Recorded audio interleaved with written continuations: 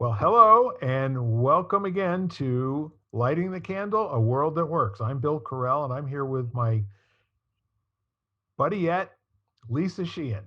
And the two of us are conspiring today to put some really positive vibes out there in the world and to relax ourselves and to let every ounce of stress and anything that's on our mind that is unfinished or is a nagging kind of a loose end to just kind of go away and dissipate for a moment. And this whole thing has everything to do with you, the listener. And our goal is to put ourselves aside for a moment and to allow ourselves to be the selves that we know and are familiar to us to be used by this conversation so that we can be unrecognizable to ourselves and be empowered and give that to you. So there's a whole lot of opportunity here to dig in deeply to this. And at the first level, sometimes all there is to do is to breathe. And in breathing, allowing, with the breath in, to take in empowerment, to take in love, to take in positive energy, to absolutely allow all the light of the candle, all of the light of the energy of the positive wave to come our way. And with the exhale, breathe out all of that stuff. The world is looking for me. And breathe in and breathe out. Breathe in and feel the weight of all of those things on your mind as they just dissipate out into the universe. And the universe gives you again with the next breathe in. That breath is energy. That breath is love. That breath is support. And then back out again. And so it goes. And I recommend that people stop and do this. As a matter of fact, before you forget, put it into your calendar on your phone.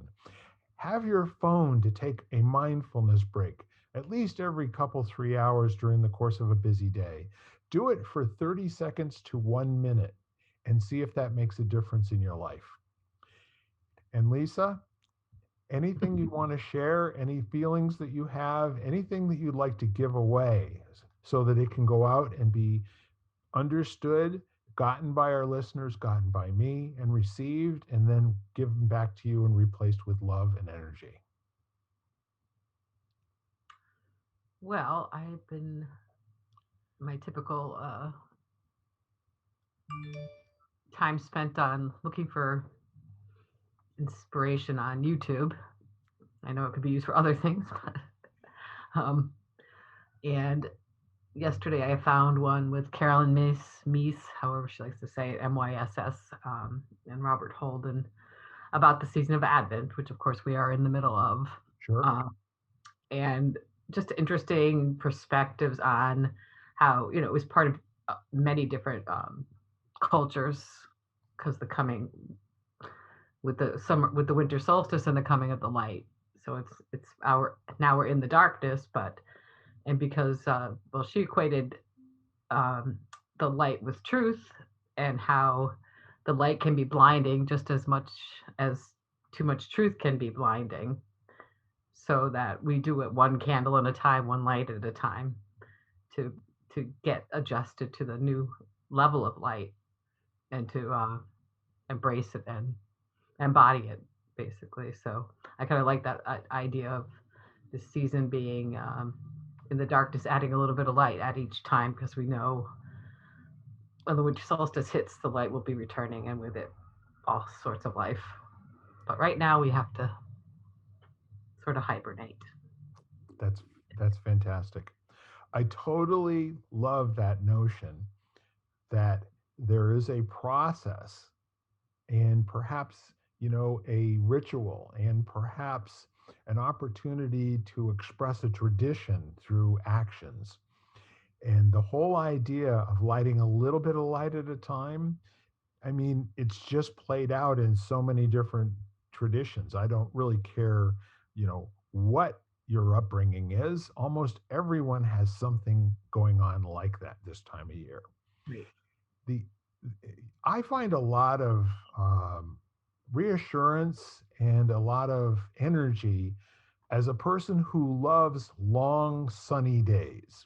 My favorite time of the year is all summer long. When I wake up in the dark and I go to sleep, excuse me, I wake up in the light and I go to sleep in the light. Right. I almost stated it the opposite, which is what's going on right now.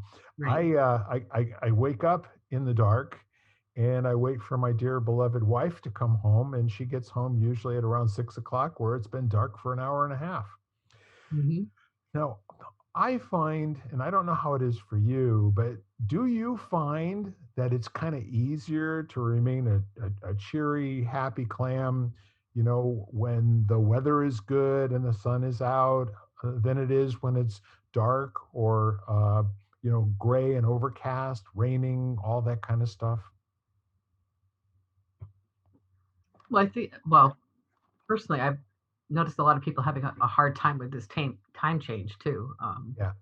with the darkness. And I, and a couple friends of mine and I have not felt that way at all. In fact, I usually have a harder time with the spring one.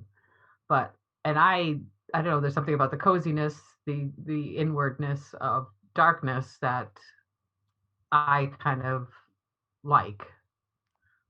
So, and then never mind the holiday season, the lights and the Christmas carols and the everybody cheerier in so many ways. And this year being able to get back together with people, no Christmas parties last year, had already been to a few things this year, and it's just so different. But I don't I love the summer, but I love all the seasons because it without one you don't know what you're missing with the other. I lived in California for a little while and we used to pray for rain, but that nobody could drive in it. So you didn't want that either.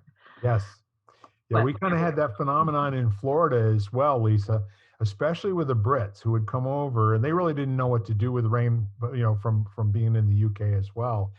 And we drive down the highway, I-4 or wherever, and there's all these cars pulled over, in the breakdown lane or on the side of the road with their blinkers going, right? And so I don't know if you know this or not, but in Florida, it's not lawful to have your blinkers on unless it actually is related to an accident or some sort of a traffic issue. So it's just kind of interesting. And here's the other thing that I want to say now. Now that you've explained to me a new alternative way to experience darkness and experience this time of year, I'm wide open to it. I actually can see that there's a coziness, and there's this kind of a neat thing that you can do with a lamp up on your shoulder, opening a book and flipping from one page to the next. Of course, you don't get the same experience if you're looking at your iPad. right. But I also noticed like when you wake up and it's dark out and then you can see the increasing light.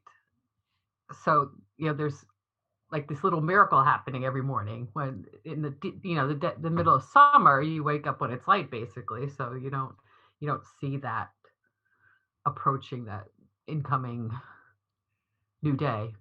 Yeah, the dawn is wonderful, and there's actually a twilight at both ends of the sunny period. And a lot of people don't actually realize that it's not just light and then it's dark. There's this whole period of time where there's all this reflected light off of the clouds and the sky and all the rest of that, and it's got a kind of an interesting flavor to it with regard to how do things seem, and are they the same kind of shapes as they would be in the full light or the full darkness. And I completely agree with you. I'm sitting here in my chair that every single morning when I wake up, and I'm like this morning, I was out of bed at 5 a.m. on the dot and slept like a baby all last night. And I was in my chair at probably 10 minutes after 5, and then waited for the sun to rise. And then as it did come up a little bit at a time, and my wife was getting ready to go to work, uh, well, it's getting to be 6:30, quarter to 7, and then it's daytime. you know? And so that's kind of like you just it's like reading my mind and my exciting life, which really has a whole lot of time to sit in the quiet and just enjoy that solitude and learning to be able to appreciate and understand the sound of my own voice, the voice in my head, right? I was curious when I was listening to them too. About the darkness and stuff, and for some reason, I just wrote down a little note and I said, "My dark self is my new best friend." That's So great. Why don't we expand from there? That is a sentence that you could probably build an entire book on. I know, and I made sure I wrote the word "me" next to it because you take notes so often. I just wanted to make sure that I remembered that Yeah, it you was were. It was self-referencing. My yeah, new best friend. yeah. Well, and then this darkness time is the perfect time to look at your dark self too.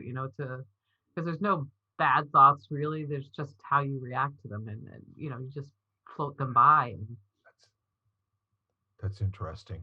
That's kind of Nietzsche-esque, okay? Where there Mhm. is no good and there is no bad, it either works or it doesn't.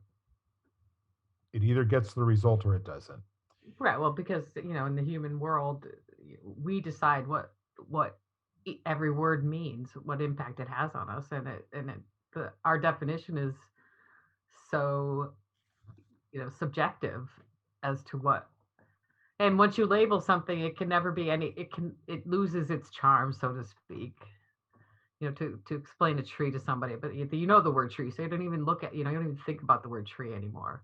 But if you really studied a tree and looked at it for all its qualities and values and its own little idiosyncrasies and variations and that kind of thing. So And the that's possible. That's kind of what we do every week in this right, this podcast, is to take what we already know or that we know about something and carve it up a little bit and then bring a new slant, and everybody gets a chance to kind of pitch in with their point of view and how the experience is for them.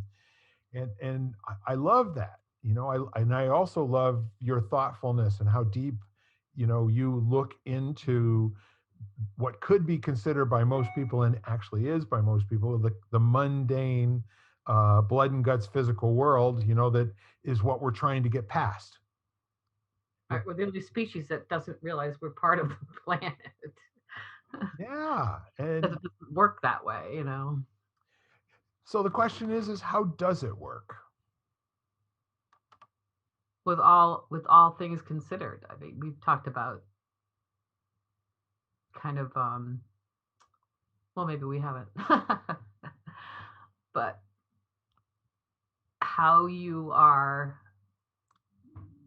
engaging with every aspect of life is kind of the important part of the day that people just don't look into anymore. Right. Um, I was just somebody was just I've never read the book, and I'm actually going to get it from the library, but it's called Ishmael, and it's about I guess the simple short story is that there's an ad in the paper said somebody that wants to a job that just helps people. So the guy shows up and he goes, "Well, are you in captivity?"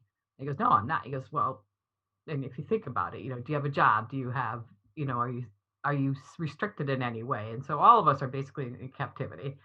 And then the other part, um, oh, how did he put it? Oh, are you interested in destroying the planet? And he said, "No, of course not." And he goes, "But we do it every day. You do it every day in little, tiny little increments that you are not even aware of by purchasing the wrong things, by throwing things out, you know, by not paying attention to the, the nature around you, by not realizing that the trees give us oxygen and that sort of thing." But, yeah, just being consumers ourselves is putting such a strain on the world. I mean, I don't know if you know ocean. God, they take plastic out of the ocean. They sell bracelets that are made out of the plastic from the ocean. Ocean something. Oh my goodness. There Anyway, are more than one, to be honest yeah, with but you. it's definitely. Oh, I can. should get the bracelets. But I didn't realize that in the 1970s they to create fake coral reefs they dumped 2 million tires into the ocean.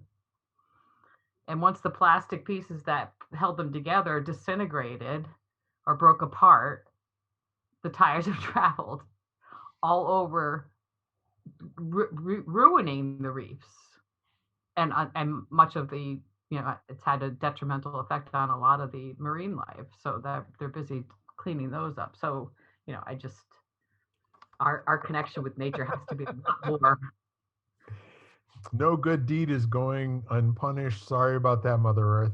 right? So I think the interesting thing here, and the thought that I'm having, Lisa, is when you stop and you get right down to it, every conversation that is, again, we're back to the Nietzsche-esque thinking about it, good or bad. When we think that way, we're only going to have two forks in the road. We have to either go this way, or naturally the consequence of doing that is the opposite thing that we think of.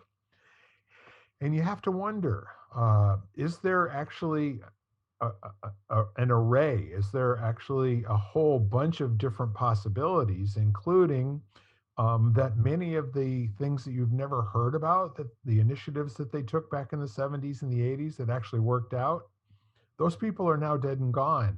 And the knowledge that they exist, or where they were put, or how they were put together, if they weren't continued, and it wasn't continued, I mean, most of this stuff's been funded by government grants and stuff, right? Almost all of it. There's been some great fundraising opportunities, and I have some very dear friends that have been involved in cleanup over in Singapore, and also in Malaysia, because as it turns out, the United States does not have a monopoly on making bad decisions in terms of what to do with things that they no longer need. You know. Right.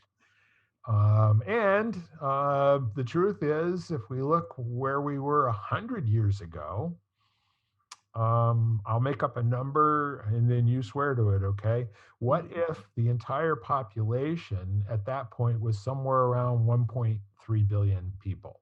The entire population 100 years ago. So that's like a what if, where I'm not telling you it was or it wasn't. Go ahead and do your own research and find out what you believe. The truth is they didn't have anybody that could count all the people in the world back in those days. So anything that you see about what the populations are is somebody's best guess. So my best guess in this conversation is there are 1.3 billion people. And now, again, does anybody actually know how many people there are in the world? We have clocks that are generating these new numbers as fast as you they're not accurate. They're an approximation. There's Right. some scientists that sat down and said, based on the information that we've been given by these governments, what we think we know about them, and what we think about that we know about the people that never report anything, we now think we're probably somewhere on the order of, I don't know, 7.5 billion, just for argument's sake. And so let's just take the bad habits of 1.3 billion, where there was no plastic, and very few people had more, shall we say, affluence, not even close to today. And so they did not have access to create the kind of cast off leftovers, didn't work.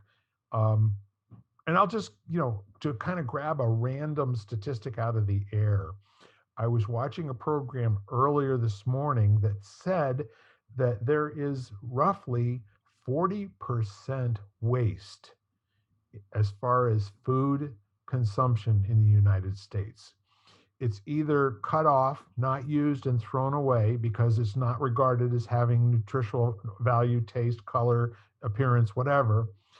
And then what goes bad in people's refrigerators, that they go and they shop for whatever the standard put up is, And that rarely seems to time out where all of the ingredients get used up completely and they've been 100% consumed.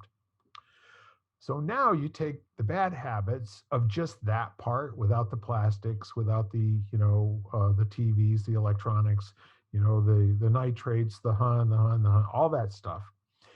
And 1.3 billion people, maybe Mother Earth had a fighting chance. Yeah. And now we have somewhere on the order of 5 to 6 times that. And there are some people that think that we probably already are over 8 billion people. But I mean, we don't have any way of knowing for sure. However, if we looked at, again, the two forks in the road that the common conversations out there in the world give us, are there any of those people that are without sin with regard to putting a strain on our environment? Well, probably the few civilizations that we haven't colonized or There are some people that are infiltrated. doing it less than others, right? But Right. isn't it the nature of man to burn things? If let's just take the Aborigines in some far distant part of, some continent somewhere, they have to go about their lives. They have to live their lives. And that doesn't necessarily mean that they're not putting some kind of something, into the environment. So now it's a matter of degrees, and there's an argument that one could make possibly that we're all evil. And since we are all evil, where's the justification for making, I mean, what if evil is like equal or pregnant, or you either is or you isn't? So the model of making people evil gives us kind of a bad world to wake up into, doesn't it? Right, and that's what I refuse to believe, that the whole world is evil. I mean, Exactly. there's too many, and there's too few outlets sharing with us the good that's being done in the world, as opposed to all the ones that are telling us all the bad that's going on in the world. But if you hook up just once with, YouTube tracks what you like and stuff like that, and I've been looking into like growing my own food and stuff like, and so every day there's, you know a whole slew of videos of small farms and small gardens and all sorts of instructions on how to do so. But and there's so many people living that way now with their own gardens, providing 90% of their home food now, and trying not to rely on store bought things and try to be as local as possible, which is a saving grace for so many people on so many levels within your community. It's almost, I hear what you're saying there, and the attribution. These are really cool decisions, and I'll take it all the way back to the beginning of the conversation, where you could regard the early sunset as not a great thing, and you have choice, right? And your Hmm. choice is to find empowerment in what a lot of people will complain about until it gets to be light until 8 o'clock at night again.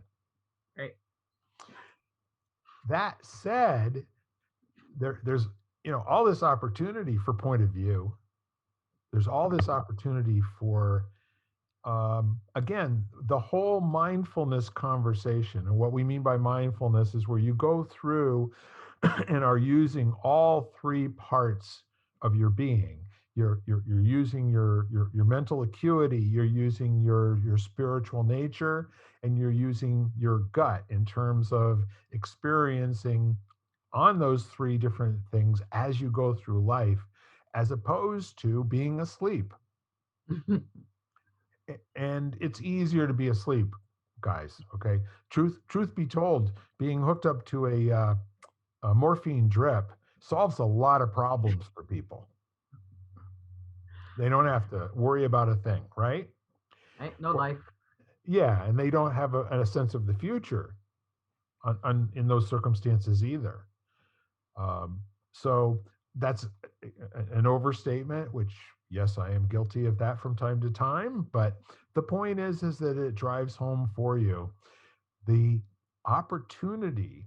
and the need to actually feel what's going on around you and to genuinely let that in and to experience that feeling and to use it to inform you going forward in terms of the next choices that you will make. And I always love this conversation, Lisa, because do you realize that there is only one place in the entire universe where anything can happen? In your mind. Well, possibly, but it's always now, it's Oh temporal. yeah, yeah. Well, There is no future, there is no past. Those are conversations. right, right. And those are constructs that human beings have created so that they don't have to be afraid every minute of their life. Like there's a continuity between what came before and what comes after, except for it's just a string of nows. You can All right. make, yeah, you can make plans and you can talk about what you've learned and you can talk about history. But all of that is going on while you're doing it in the present, right now, and then now, and then now. And so the really interesting part of it is that there are some folks I can imagine that are listening to this conversation, hearing about how we do damage to the planet. And I don't know many people that can get their mind and their arms around that concept. However, what you've presenced, Lisa, is the opportunity if you want to grow your own stuff. It's like right now, I am shopping for a live basil plant. And I think that's a good name for a basil plant, actually. You've got corny, and then I'll have basil or basil, if you're from the Yeah, UK. yeah. So I think, without really kind of drawing this out to too low level of conversation, if I were to say to you, um, what level of identity comes along with the need to think about more than just yourself?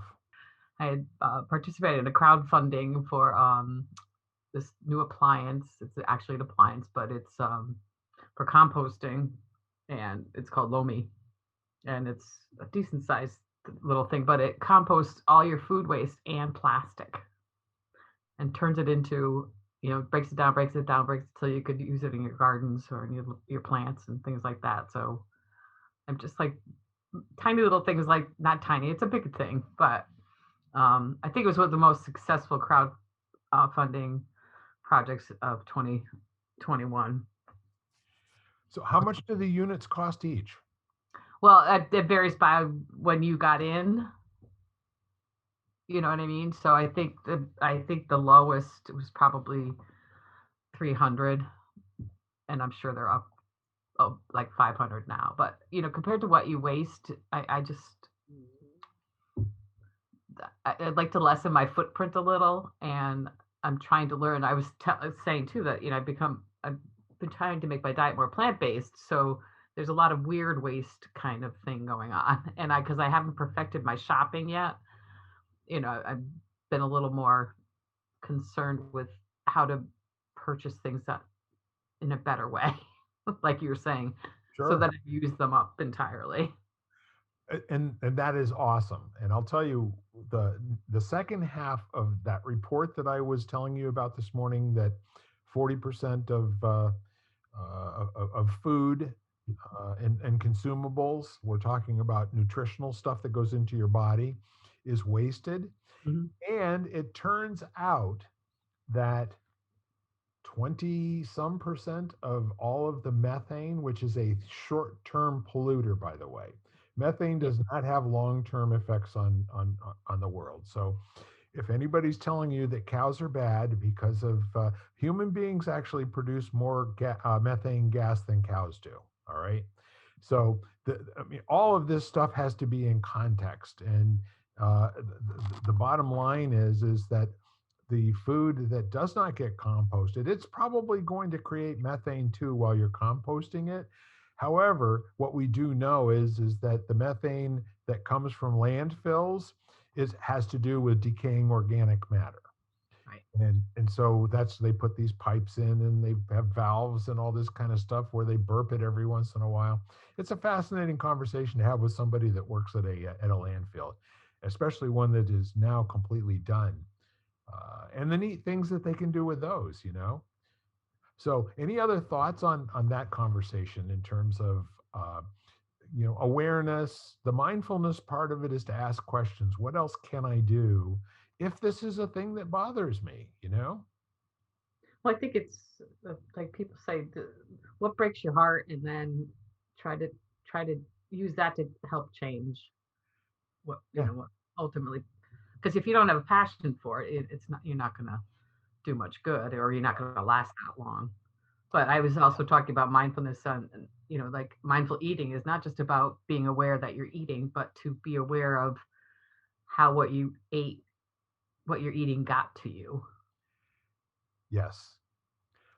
I actually did a very in-depth mindful report. I'm a member of Noom. I've been using it. In my opinion, it's a great community for people who want to support each other and change their behaviors so that they're healthier and live longer lives. It has to do with nutrition, it has to do with sleep, stress, and exercise. Okay. So those are the four pillars. And it's very excellent. And so I kind of did a narrative very quickly where I was talking about how I prepare a meal. When I make a salad, that can take me as much as 25 minutes to do all the knife work. Mm-hmm. And so I appreciate all of that. I appreciate where the vegetables came from, and I feel blessed that I happen to be, in a space where I can take all of these ingredients and put them together, and I can appreciate what they look like beforehand. And while I'm cutting them up, and then I also appreciate my ability to decide what they're going to look like on the plate, and I have this image in my head of how that's going to look. And I do the same thing if I'm cooking a piece of steak. I did some beef ribs yesterday. Start to finish was 7 hours in preparation. Mm-hmm. They were in the oven for 5 hours, and I posted pictures on Facebook last night of. Did you happen to see those, by the way? I did not see that one. Yeah, it was 5.5 pounds uncooked for four beef ribs in a big slab, and man, I'll tell you what, they were absolutely amazing beforehand, during all of the steps in the preparation. The mindfulness is both appreciation, anticipation, a test of skill. I really want this to be a product of both love and appreciation, and then at the end I spend time appreciating the preparer, Right. the man Right. the man that I was for that half hour, 40 minutes, making a single person's dinner, There you go. you know? So that when it comes right down to it, is this what everybody should do? I don't think so. It's actually a place where I'm finding a little bit of self-expression and play in my life at the moment. And whatever you could, yeah, it doesn't have to be food. It could be, find that thing that you can get that same sort of experience from And creating something. Yeah. yeah, I mean, right down to hopping in your Jeep, turning on the key, and having it do nothing. Urgh. Your automatic response to you is because we have the right turn, which is good, and the left turn, which is bad. There's another avenue right straight up the middle, which is what's up with that? That curiosity, like, how is this happening? What's going on with it? What information can I get and take away from here? Right. And there's usually something right in front of you that is going to inform you. Well, sure. And then the other thing that I just want to mention to you, Lisa, is that I have no idea how many different podcasts, meetings, groups, books. It seems to me that while you're awake, you're doing something to get information. Constantly. Yeah, you're kind of like, what is it? The the little shop of horrors or whatever it is. You're the mean Self green awareness. the mean green mother from outer space. Feed me, Seymour, feed me. You know, That's it's probably more how you perceive me. more information, more details. And oh, by the way, if you want to get a tremendous report back in terms of the detail and how your experience was, um, I look to you for that. I really appreciate and I want to acknowledge that I get that out of you at such an amazing level. Thank you. Your thumbprint is clearly on my forehead. Well, And every week I'm back to get more of that. there's so much. I mean, well, there's no end. You don't know what you don't know, kind of thing. So there's so much that's fascinating. Even if, like we were talking about before, just being curious and discovering something new about something you thought you did know. Yeah, and that's the old poem that basically says, we'll travel and we'll do the experiments and the great expedition, and we'll return to the place that we started from and know it for the first time, however that is, right? And so the metaphor for learning has to do with kind of like an onion gets used a lot, where you keep peeling layers back and layers back. And the first thing is you see the onion and you think you know it. And then you peel back the outer skin to find out that there's this ripe, full, succulent layer of onion, and it's a particular color. And then the next layer. And then in some cases, you peel it back, and there's another membrane that is wafer thin. And, it exists for an instant, and then it's gone because it gets either washed down the sink or becomes part of, whatever it is that you're preparing next. Yeah, a little bit of smoke in the on the water, right? Whatever becomes of that, it's such an amazing, or another metaphor would be kind of a meteorite or a shooting star or something of that nature. Or seeing yourself for the first, like revealing those layers to go back to the self that you and you recognize her or him for the first time. Well, Again, you what do know, you think, you at home? Shall we ask Lisa what she means by that? Lisa, what do you mean by that? well, like you said, discovering the by doing all sorts of like living life and then coming back to a place that you that feels like home. Basically, is what it comes down to for me. It's like I'm trying to peel off those onion layers and get to the me that before I was you know raised and influenced by other human beings in my life. Because they say how children can be and see and feel different energies around them, and they're not biased yet. They're not influenced by what their belief is not from you yet. Yes, their belief is that all things are possible. Their belief is like, I learned so much from my 3-year-old when she was 3. When there was I don't know, Honey Nut Cheerios, some kind of a sweepstakes or something for tickets to Disney or whatever it was, right?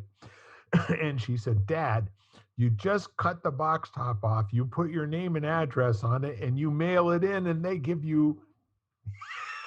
And I got Lisa, she looked every single day when we told her, and she might have been 4, but she looked every single day when the mailman came, because we told her that's how we were going to know whether or not she had. Yeah, And she said, no, no, you win. You just send it in and they give you stuff.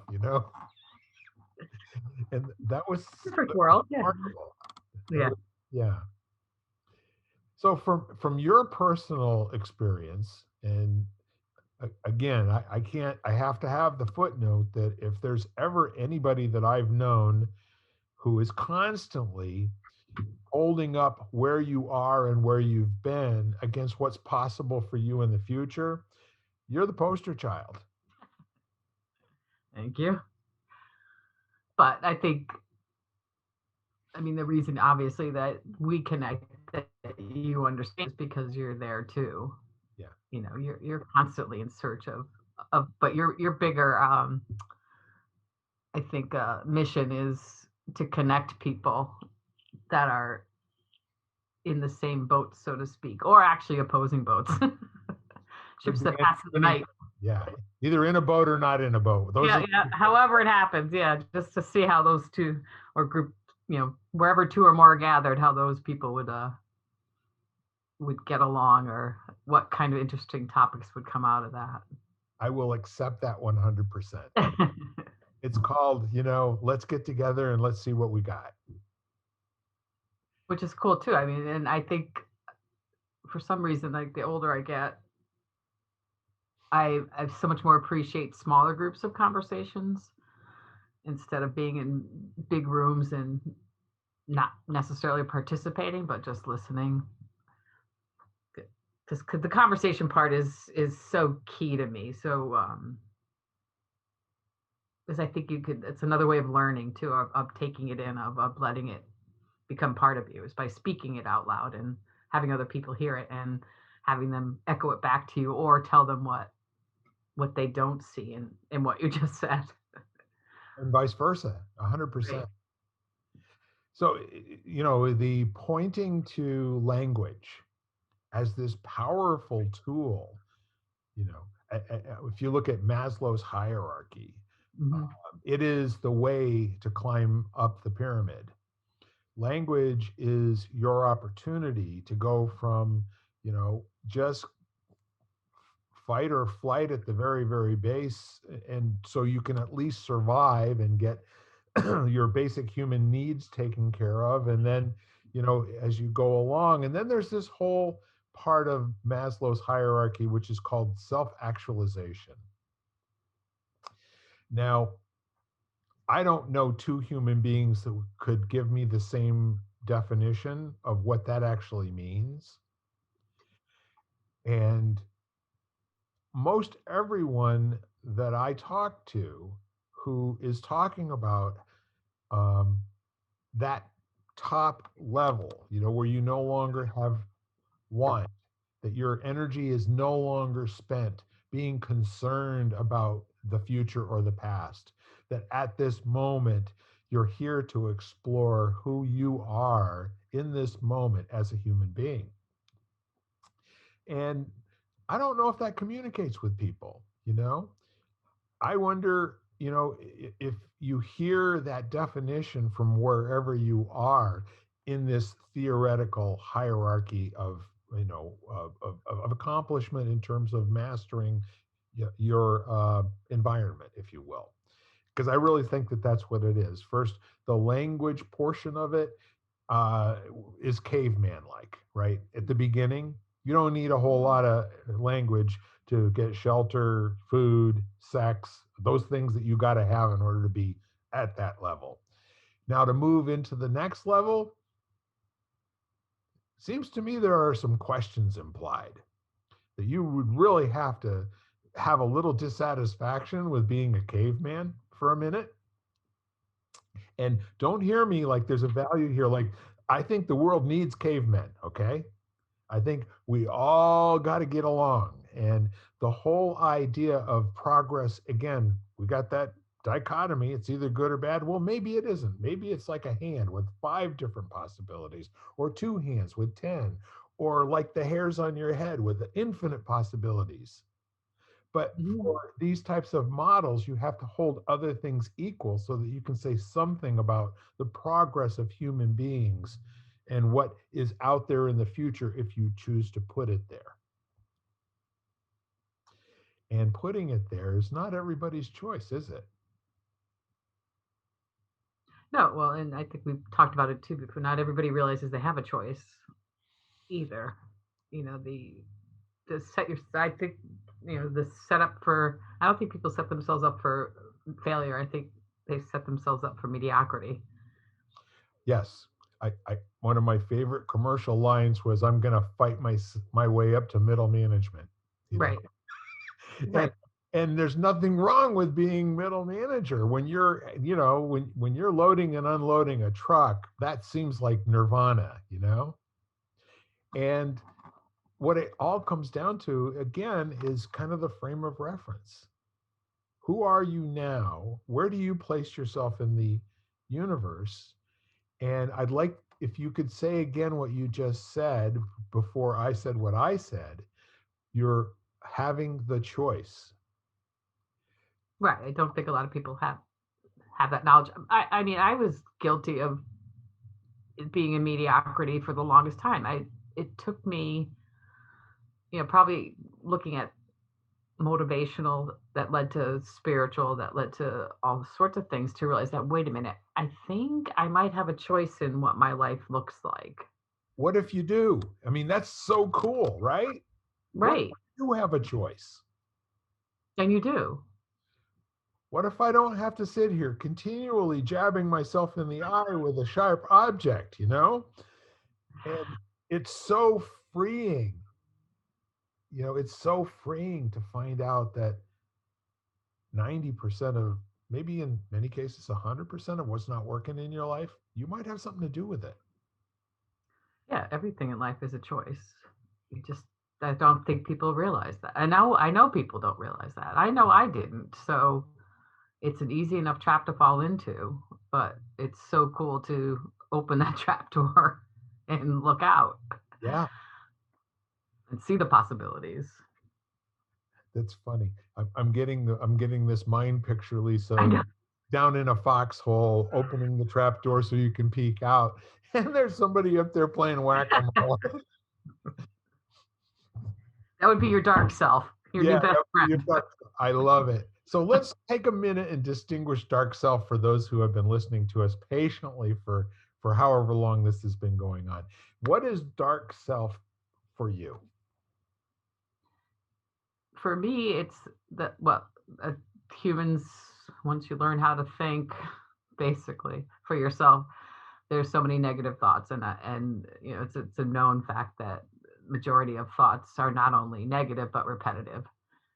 So, and to most people are their own worst enemy as far as, and I think it was Twain that said, I had so many things so many thoughts of what would happen, and most of them never did, or something like that. You know what I mean? I've experienced many, many, many, blah blah blah, some of which actually happened. Right, right. Some of which actually happened, yeah. Most of which did not. Right. The other way to look at it. But in that there's nothing what we've labeled as negative too. There's nothing wrong with them either. They're helpful in distinguishing what your next choice should be in any given moment, and to weigh those possibilities, and not that they're good or bad, but just to see what's the one that will, for me, is like bring me the most joy, kind of thing. What will lead me to the next good thing, or joy, it should be the better way, not good, because there's no good or bad. But those dark selves, that because so many of us have been taught to push them down and not even acknowledge them, Yeah. and they fester and they come out in different ways, and most often it can get stuck and actually create dis-ease in your body. And so to to befriend your dark self and to see what that aggravation in your head, or that stress like I was experiencing earlier, little mistress, what do you need right now? And it could be, go downstairs and make a cup of coffee. I mean, that's a choice, it's a decision. Or every life is full of those little things that could make your life so much better. But if you don't even talk to the dark self, if you just keep her down, him down, don't look at them, and like, anger is not a bad thing, and in many instances it can be beneficial to use that sort of thing to make people hear you and get what you need to be understood, known. So there's so many that's why the emotions that have negative connotation, only because we put that on it, are not bad. it can all be Well, helpful. here's the thing. In my humble opinion, not enough people have had the training to be able to recognize that that little voice in your head isn't just one voice. And there's nothing wrong with it being myriad voices because it's all coming from the same place. It is the, all present and undistinguished past, which has either come either by nature or nurture. Now, I love that conversation too, but not to digress from what we're talking about. The the readings that I do say that there's somewhere around 80,000 thoughts that people have a day. And the bad news is that most of them are not kind. You know, they're not empowering. They're more about what's going to happen bad to you if you do anything other than stay where you are and cover up. Okay. So left to those voices, if you're in your home, say for COVID for 15, 16 months, and not having a lot of contact with the outside world and not having the opportunity to have curiosity and question your status quo, it's quite important to realize that you might choose to do things that are not necessarily great for you.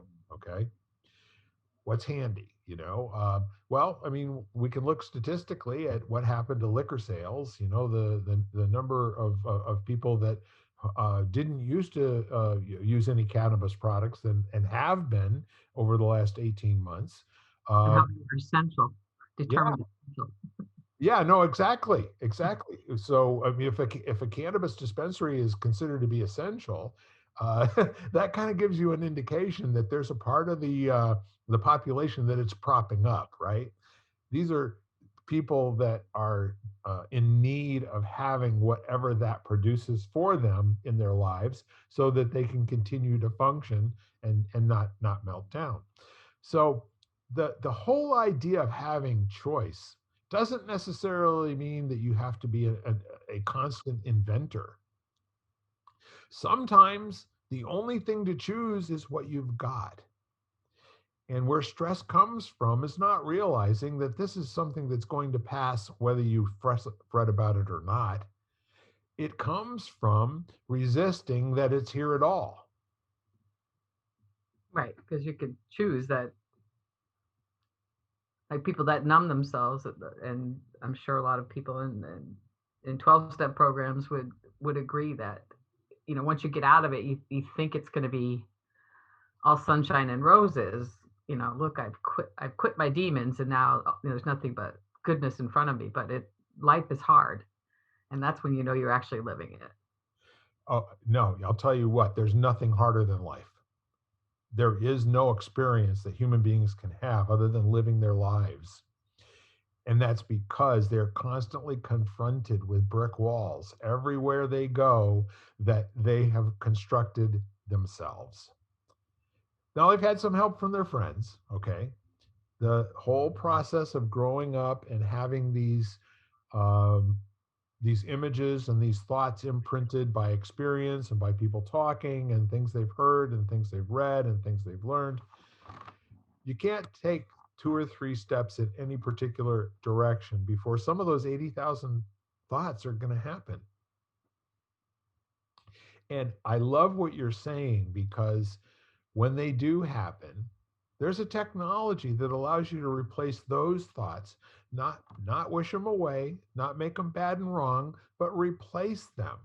And the more you replace them with new thoughts that are of your own construction and design, the more frequently you will start to hear those thoughts. And that's the whole thing behind the law of attraction, the power of a positive mind, all of the stuff that anybody's ever told us, the power of prayer, all of that has to do with you putting out there using the power of I say. That is so powerful. When you as a human being say anything, that has the possibility of going and changing the world or doing nothing whatsoever. I'm going to repeat that because that's kind of a key thing for people to take away today. I hope you're listening at home. You might even want to write this down.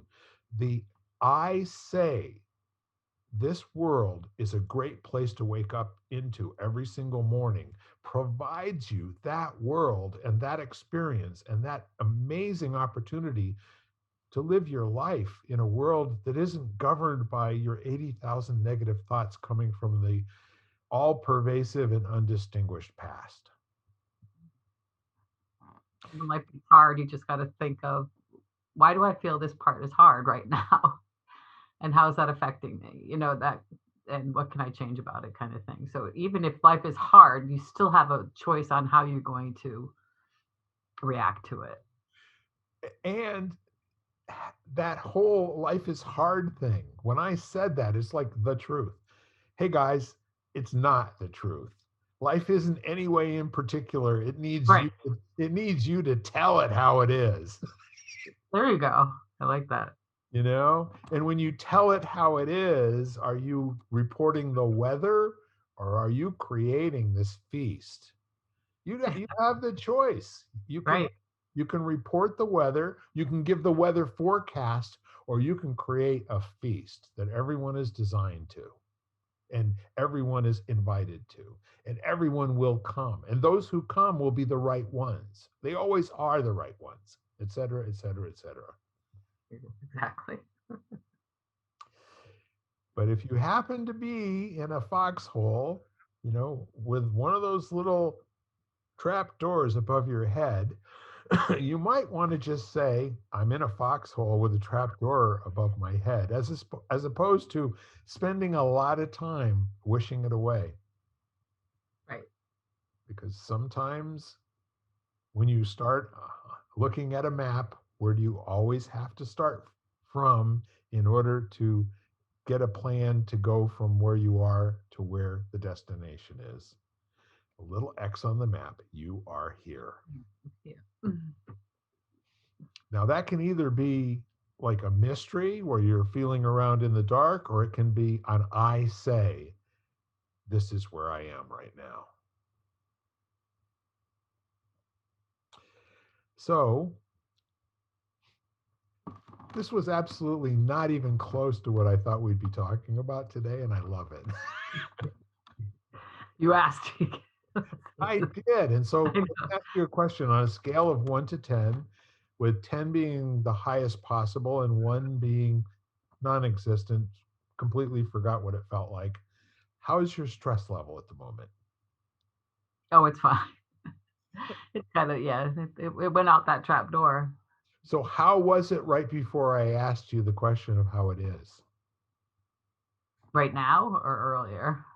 Well, no, not before the recording, but when I just asked you right now, is it possible to be completely stressed out and be laughing and having a good time? Yes. It absolutely is, isn't Yeah. it? Yeah. Because I know what's waiting for me too. So, That's funny. That's yeah. So the whole idea of how that behaves inside your body and how that behaves inside of your Right. mind, and you're choosing to have that relationship with what may happen. Right. Which sets everything up in a more positive way. So the rest shall follow. So are you kind of like in pre-game mode? Is that where you're operating right at the moment? You're getting the butterflies to fly in formation and looking at this like, I don't know if I can, but I guess I'm going to. Right. Or who's knocking on my trap door? And you don't have a secure lock on that bad boy, do you? No, no. Maybe that's what I should look at. There's I'll watch a YouTube video on how to create a lock. the defense mechanisms for defense mechanisms. Right. Exactly. In the meantime, what's a really big thing that's going to happen for you that is 100% great? Really big thing. Well, I think I mean one of the I am taking a class through my church right now on the 12 powers that are a foundation of unity principles, and it's just a whole new way of looking at them that I never would have guessed before, like we were discussing before. So I mean, it's like we've discussed. I like learning new things about things I thought I already knew. So that's a big thing right now. Yeah, what I hear you saying, and you just let me check in with you, is that life is all about discovering new opportunities to experience metaphors. Exactly. And I don't, especially the way life is right now, I don't plan a lot of things like that. So, unless there's something, I don't have a lot of events planned except for maybe the holidays. And even those are kind of sketchy right now. So there's not a lot of momentous things on the horizon that I've planned. So I'm just going with the ones that are happening now and seeing where they'll lead me. So, for the benefit of those at home, and I'm always thinking about you guys at home, 100%. Okay, I can see all of you very clearly. Your bright, shining faces, your smiles, your squinty eyes when you do grin. It's fantastic. Can we get a corny report by any chance? Corny had to be put outside because he was also host to many fruit flies. Wascally Wabbit. Yeah. So, I mean, as much as I enjoyed him, but then they were those little guys multiply rather quickly. It was his friends ultimately that just made him undesirable. Exactly. That So is just- careful who you hang out with. So let me ask you a question. Has he succumbed to the temperature outside at this point? I haven't checked on him today, but I'm wondering with the snow that we got and stuff that maybe Well, tell him I said hi. I was I asking will. about. I Okay. will. And in the meantime, this is remarkable, ladies and gentlemen. We fought through at the beginning getting this uh, podcast to go at all. With an issue with a software upgrade that kind of didn't seem to work the way that it used to, and it took us a minute or two to get on twice. And then we had a catastrophic failure of our computer. And what we're demonstrating for you is choice. Mm-hmm. Every week that we don't do a broadcast, it's as a result of choice. Every week that we do, no matter what happens, that's choice. And with all of that said, Lisa, you have any parting thoughts for our folks at home or anything that you'd like to share? Well, as they say, you're always going to have thoughts, so choose the good ones. Absolutely. And I collect different ways of saying that, and I will save those for a future show. However, today I just want to thank you for setting aside any obstacles that you thought, real or imagined, uh, to spending some time together today, because the gift of your time is something that I consider to be very, very valuable. Thank you. Right back at you. My And I just want to, yeah, I want to clarify that good. There's no such thing as good or bad. So thank you, if Miss. you have a thought, just see where it leads you.